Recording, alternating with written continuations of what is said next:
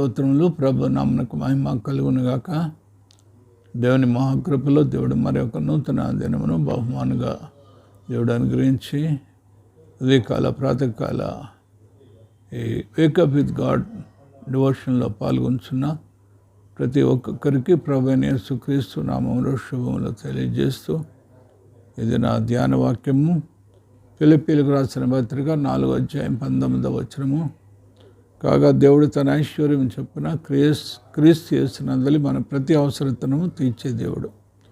మరి విధేయతతో మరి మనకు దేవుడు ఆశీర్వాదాలు ఇచ్చే గొప్ప దేవుడుగా అనుకుంటున్నాడు. యేసయ్య తన కొండ మీద ప్రసంగంలో 2 కట్టడలను గురించి ఆయన ఉపదేశించారు. ఒకటి బండ మీద ఒక బుద్ధిమంతుని చేత కట్టబడింది. రెండవది ఇసుక మీద ఒక బుద్ధిహీనునిచే కట్టబడింది.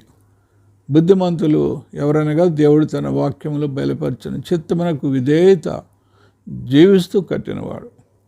అతని ఇల్లు ప్రతి తుఫాను వరదలను ఎదుర్కొని నిలబడినట్లుగా దేవుని వాక్యంలో మనం చూస్తున్నాం. వాక్యమునకు అవిధేయుడైన వ్యక్తిని కట్టిన ఇల్లు వరదల్లో అది కొట్టుకొని పోయింది. ఉపమానము అవిధేయతకు హెచ్చరికగా, విధేయతకు ప్రేరేపణగా ఉంది. మరి మరణం తర్వాత జీవితం ఉందని నమ్మితే మరణానికి ముందు జీవితంలో మరి దేవునికి విధేయత చూపించడానికి మనం ఇష్టపడతాం. ఏ లోక మర్యాదలను, ఏ లోక మార్గములను మనం అనుసరిస్తే తాత్కాలికంగా లాభం ఉండవచ్చునే కానీ భవిష్యత్తులో అది ఎటు విధమైన ప్రయోజనం ఉండదు.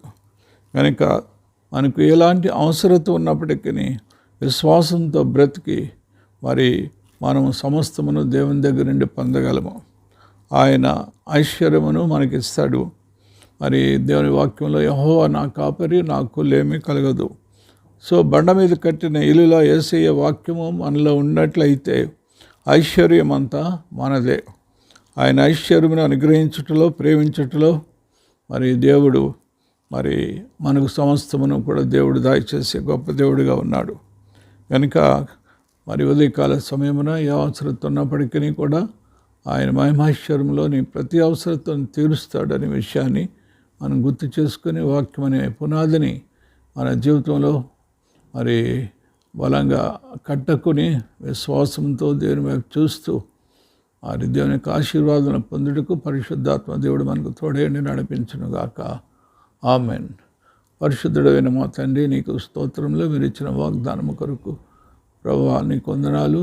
కాగా దేవుడు తన ఐశ్వర్యం చెప్పిన నీ మహిమలో మా ప్రతి అవసరతను తీర్చే దేవుడు తండ్రి, మా అక్కర ఎరిగిన దేవుడు ప్రభువా, మరి తీర్చుచున్న గొప్ప దేవుడిగా మాకున్నందుకు నేను స్తుతిస్తూ, మరి ఉదయకాలమున ఎవరు ఏ అక్కర్లో అవసరతలో ఉన్నానో నీ మహిమ విషయంలో ప్రతి అవసరతను కూడా మీరే తీర్చి మీరే మహిమ పొందవలసిందని ఈ మనములు యేసు నామములో ప్రార్థించి వినమ్రంగా వేడుకుంటున్నాం తండ్రి. ఆమేన్.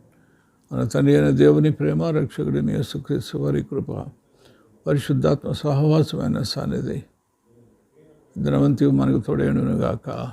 ఆమేన్.